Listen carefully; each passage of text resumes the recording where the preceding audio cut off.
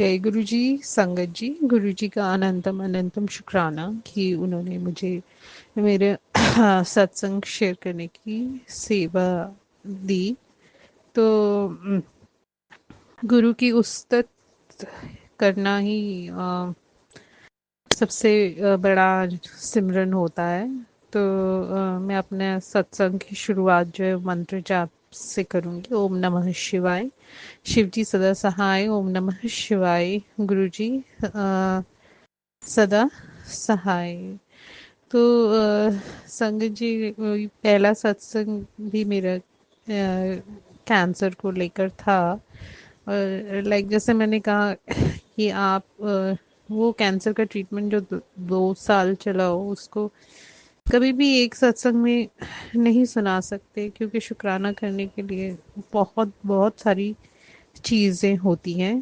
तो ये मैं शुक्राना करना चाहूँगी गुरु जी का कि सूझबूझ देने के लिए कि आप बहुत सारे लोग इस ट्रीटमेंट में घुसते हैं, वो ये बीमारी के बारे में जानते भी नहीं होते कि वो एक खौफ होता है और एक डर को जानते हैं जो उन्होंने दुनिया से सुना होता है। बट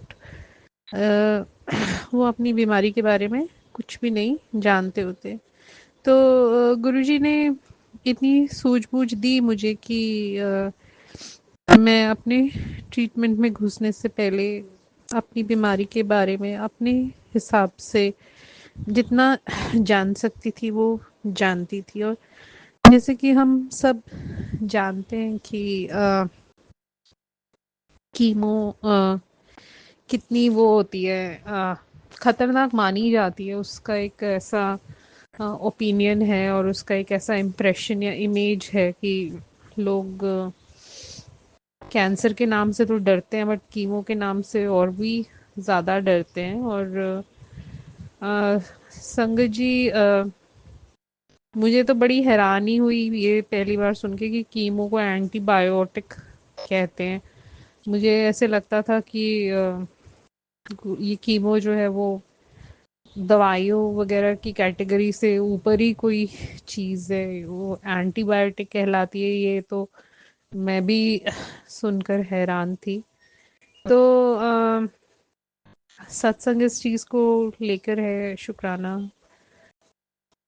मतलब आप क्योंकि कीमो ने आपके शरीर पे वैसे ही बहुत लोड डालना होता है ट्रीटमेंट के दौरान। तो जब भी आप ऐसे किसी बड़े ट्रीटमेंट में घुसो तो आपके जो बाकी के शरीर के हिस्से पुर्जे हैं वो ठीक तरीके से काम करते होने चाहिए। जैसे कि बहुत सारी चीज़ें गुरुजी ने मेरी कैंसर से पहले ठीक की। तो सबसे पहले तो जल प्रसाद की महिमा कि गुरुजी ने तो मुझे ये बताया अप्रैल 22 में कि मुझको कैंसर है। बट मैं डॉक्टर के पास जो पहुंची वो जुलाई 22 में था। मेरे पास जॉब नहीं थी तो मैं हर दिन बड़े मंदिर आती जाती थी। गुरुजी ने सेवा दी थी, क्योंकि लंगर प्रसाद वो एक मेडिसिन की तरह होता है। और बड़े मंदिर आने जाने मेरे को 8 घंटे लगते थे। ग्रेटर नोएडा से एटलीस्ट 4 मेट्रोज चेंज करके बड़े मंदिर पहुंचती थी और फिर उसके बाद वापस भी आना।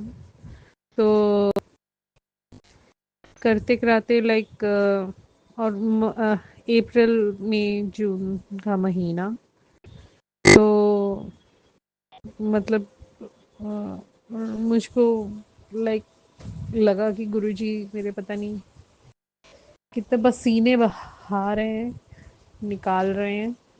जो ज़िंदगी भर मैंने एक्सरसाइज नहीं की या अपनी सेहत का ख्याल नहीं रखा, वॉक नहीं की, वो सारा गुरुजी मेरे को ये 2-3 महीने की सेवा में उन्होंने मेरे पसीने जो है निकाल दिए। जो दिन का 8 घंटे जाना आना, और वो भी अप्रैल मई और जून के महीने में उसकी कड़क गर्मी में। और कैब करके नहीं मैं जा सकती थी, जॉब नहीं थी। तो थोड़ा बजट फ्रेंडली होकर ही मुझे चलना पड़ रहा था। तो संगत जी, सबसे पहली बात तो जैसे मुझे ब्रेस्ट कैंसर हुआ था। ब्रेस्ट कैंसर एक बहुत ही इम्पोर्टेंट हमारा लाइफस्टाइल चेंज रिक्वायर्ड होती, मतलब हमें चेंज तो आप बाद में करोगे, बट पहले से ही अगर आप एक्टिव रहो, वॉकिंग वगैरह करो, वो बहुत इम्पोर्टेंट होती है ब्रेस्ट कैंसर को अवॉइड करने के लिए, अपने आप को हेल्दी और फिट रखने के लिए। और वो इसलिए क्योंकि वॉक जो है वो हमारी बॉडी में ब्लड सर्कुलेशन तो बढ़ाती बढ़ाती, बट एक और चीज़ की सर्कुलेशन इनिशिएट करती है, जिसको कि हम लिम्फेटिक सिस्टम कहते हैं। हमारी बॉडी में 600-700 लिम्फ नोड्स होते हैं। उनका काम ही ये होता है कि बॉडी के अलग अलग टिश्यूज मसल्स में से कचरा लेकर पसीने के रूप में बॉडी से उन टॉक्सिन्स को निकालना।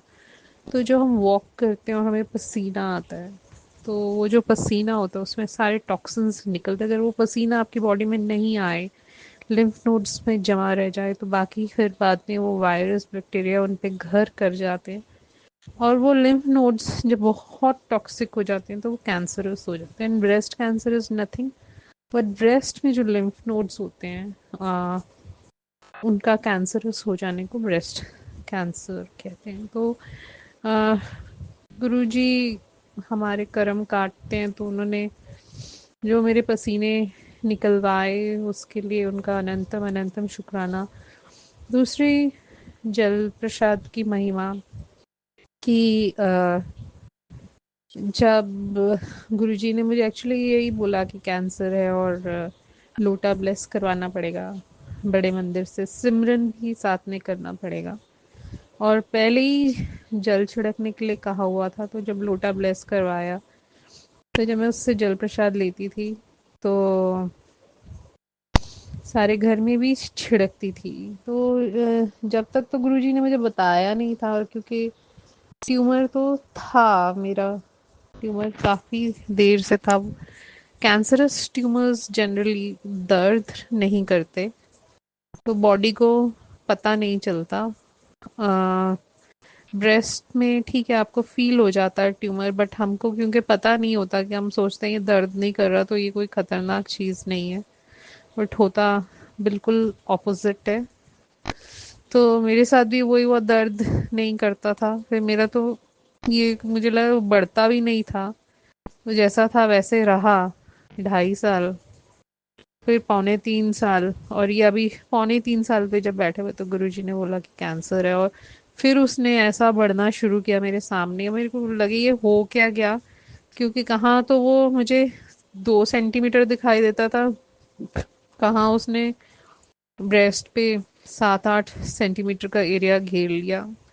उसको स्किन थिकनिक कहते हैं, हार्ड हो जाना, पत्थर की तरह एकदम हार्ड हो जाना। और फिर मुझे ये भी दिख रहा था कि वो स्किन से आके चिपक गया, क्योंकि वो मोर टूवर्ड्स, तो स्किन के साथ चिपका वो अ, एक बात है। और दूसरी बात ये कि ब्लिस्टरिंग शुरू हो गई, तो उस पर छाले आना, अल्सरेशन जिसको कहते हैं, which is the worst thing which can happen, which is generally a 4th stage cancer. कि आपका चिपक तो गया ही, अब वो फाड़ के स्किन को बाहर आ रहा है, इसीलिए तो छाले पड़ रहे हैं, फुंसियाँ आ रही हैं। तो जल आ रहा है वो फाड़ के बाहर, या आ जाएगा ये मुझे नहीं पता, बट ब्लिस्टरिंग या अल्सरेशन वही होती है। And cancer is a wound which doesn't heal.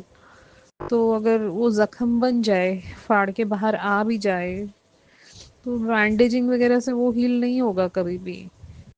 तो अ, यहाँ पे गुरुजी के जल प्रसाद की महिमा ये है कि जब मैं वो जल प्रसाद पूरे घर पे छिड़कती थी शाम को, तो वो मैं हाथ टेढ़ा होता था छिड़कते छिड़कते, और वो मैं खुद पर भी मेरे गिर जाता था। राइट हैंड से तो छिड़कती थी, तो राइट ब्रेस्ट में ही आर्मपिट की साइड पे ट्यूमर था, तो उस पर भी जल प्रसाद गिरता था।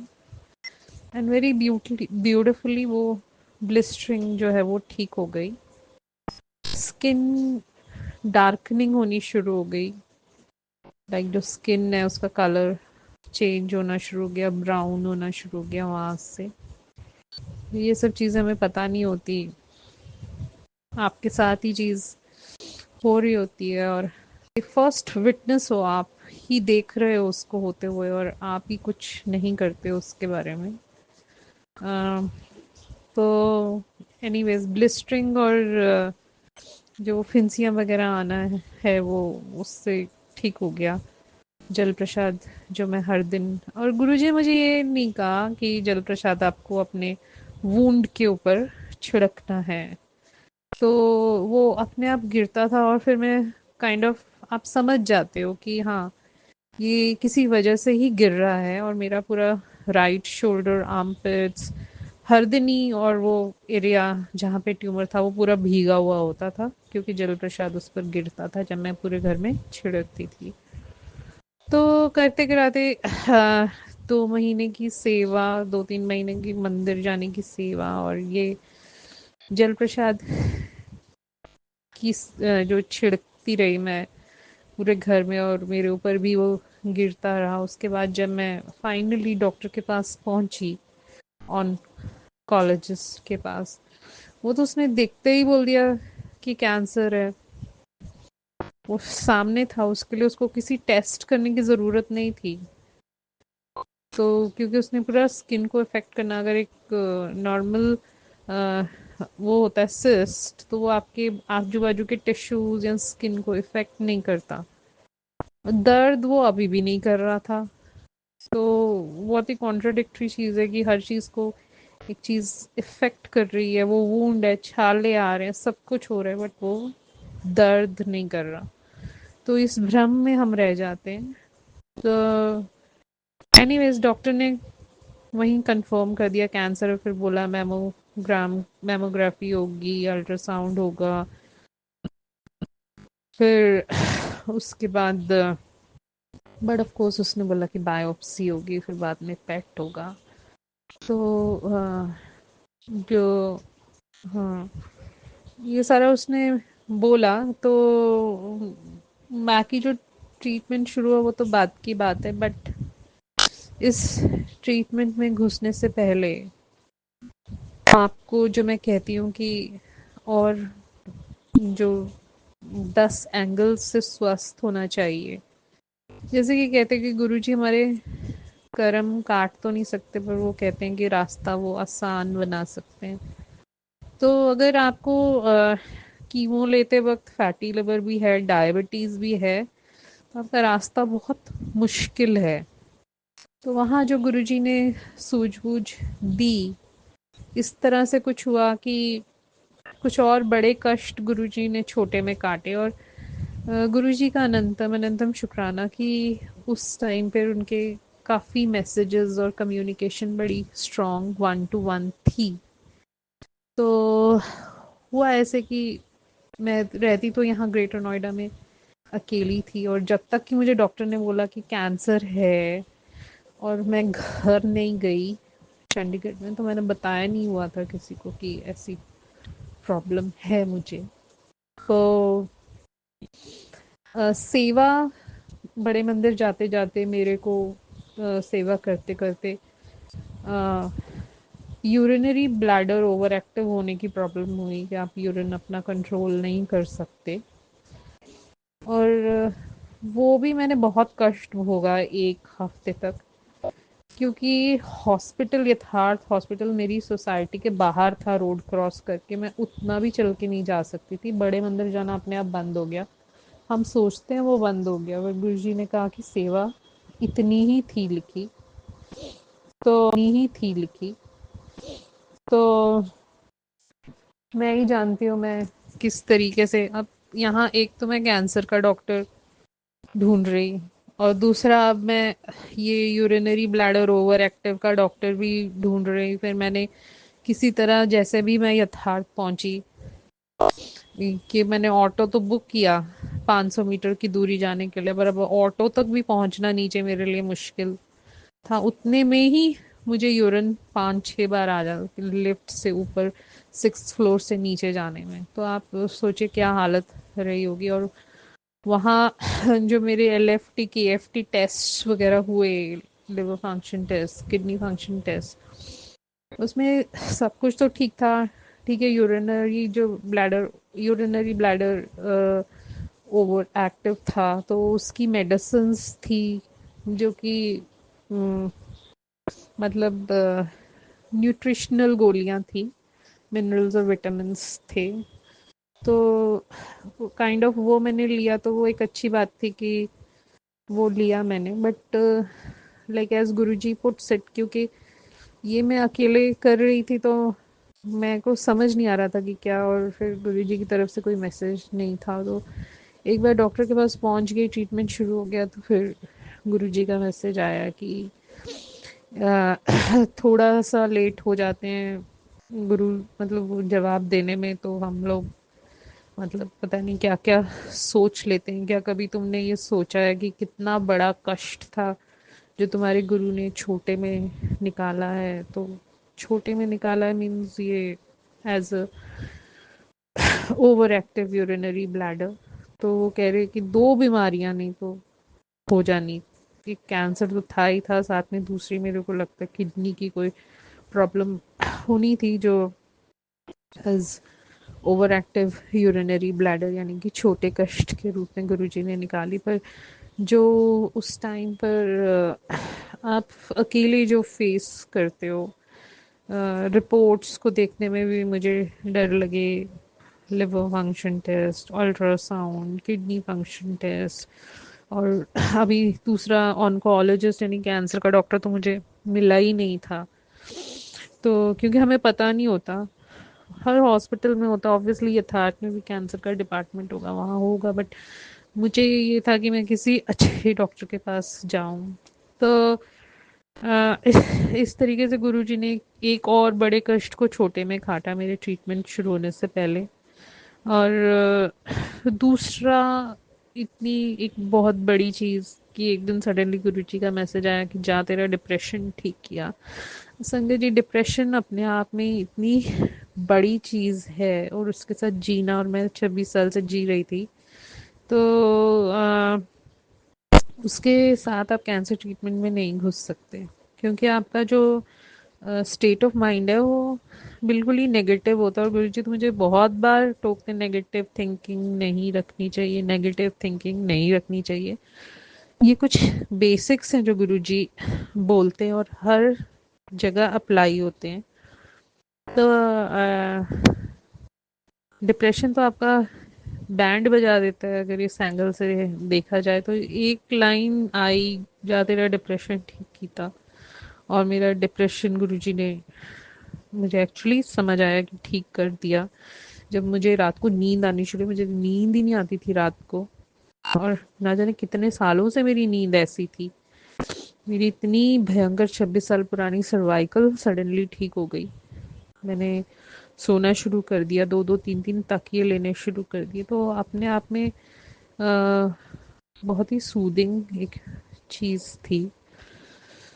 फिर thirdly, last but not the least and the most important point over here, जो गुरुजी की सबसे बड़ी मेहर कि उन्होंने मेरे को लाइक इस चीज़ के प्रति सजग करवाया। अब मेरा अल्ट्रासाउंड देख के, अल्ट्रासाउंड हुआ यूरिनरी ब्लैडर इनकॉन्टिनेंस के लिए। वो तो चलो जो था ही था, बाकी चीज़ें ठीक थी, बट लिवर इन्फ्लेमेशन थी। मेरा लिवर साइज में बड़ा हुआ था। इम्प्रेशन ये था कि स्टेज 1 फैटी लिवर। तो फैटी लिवर लेकर भी नहीं आप घुस सकते। घुसते होंगे लोग जिनको पता ही नहीं है वो क्या करेंगे, बट कीमो खुद ही आपका लिवर फैटी कर देती है। वो दवाई लिवर एंजाइम्स इतने बढ़ा देती है, लिवर को ही सारे दवाइयाँ डिटॉक्सिफाई करनी होती है। तो एटलीस्ट आप एक हेल्दी लिवर, हेल्दी किडनी और हेल्दी चीज़ें लेकर बड़े ट्रीटमेंट्स में घुसो, अगर घुसना है तो अपनी डाइट, हेल्थ का ख्याल रखो। तो मुझे समझ आ गया, दिख गया कि फैटी लिवर है। और क्योंकि मैं थोड़ा सा इन सब चीज़ों के बारे में पढ़ती थी पहले से, मैंने अपना पहले डायबिटीज़ फैटी लिवर वगैरह ठीक किया था, वो भी गुरुजी की मेहर से। तो दोबारा से मैंने, मेरे पास जितना टाइम था मैंने ठीक किया, एंड बाय द टाइम मैं एक्चुअली फिर ऑन्कोलॉजिस्ट यानी कैंसर के डॉक्टर के पास पहुंची। एंड जब मेरा ट्रीटमेंट शुरू हुआ तो एटलीस्ट लिवर इन्फ्लेमेशन चली गई थी, यूरिनरी ब्लैडर इनकॉन्टिनेंस ठीक हो गया था, डायबिटीज थी नहीं, डिप्रेशन गुरुजी ने ठीक कर दिया था, नींद आ रही थी रात को, सर्वाइकल गुरुजी ने ठीक कर दिया था। तो ऐसे करते कराते गुरुजी ने जो सफ़र है वो बहुत आसान बना दिया।